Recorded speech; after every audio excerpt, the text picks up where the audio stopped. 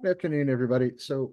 I've been working on rereading this book right here, Lucifer's Hammer, which is mine, by Larry Niven and Jerry Pournelle. It came out in the late 70s. It's a book about a group of people who discovered a comet, and it turns out that comet actually impacted the Earth.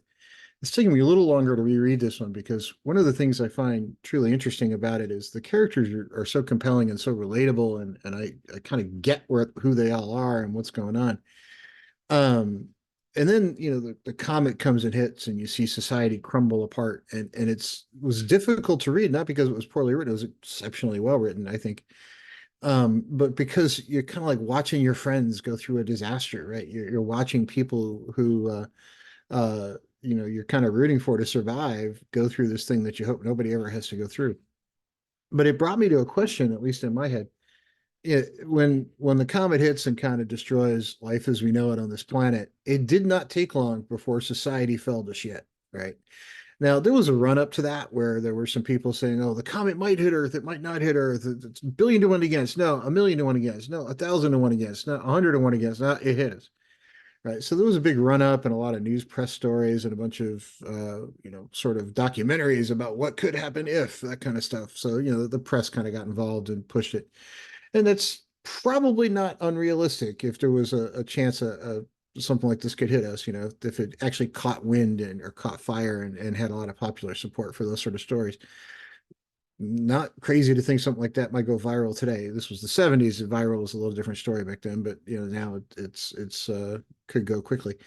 But the interesting thing is society crumbled in less than a day. It didn't take long at all for it to just fall to complete shit. And I started thinking about it. I'm like, is that really realistic? And I was like, I'm not sure it's not. What would it take for our society just to turn to crap? There's been a couple things in my lifetime that lead me to believe that if it's a small scale event, we can maintain, like Hurricane Katrina hitting New Orleans, 9/11, a few others, where we all kind of band together and it doesn't cause society to crumble. But this wasn't just one area; it wasn't localized. It was sort of all over the globe that it caused problems. So, how long would it, with a global catastrophe that takes place across hours, not months or years? What would it really take for society to fall apart? And would it be a day? Would it be a week? Would it be a month? Would it be a year? How long before looting started? How long before people headed to the hills and lived in little groups where they're like, okay, you can't, basically became little militias off on their own. And I don't think it would take that long. And that's one of the reasons I love to read fiction like this, is it actually does make you think and it makes you kind of ponder these questions.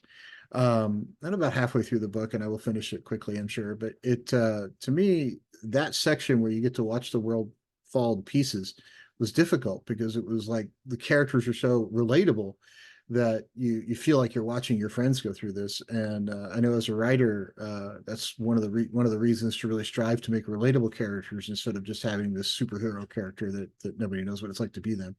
Everyday characters are really more worthwhile. But excellent book. If you have not read it, highly recommended. Everybody have a great day.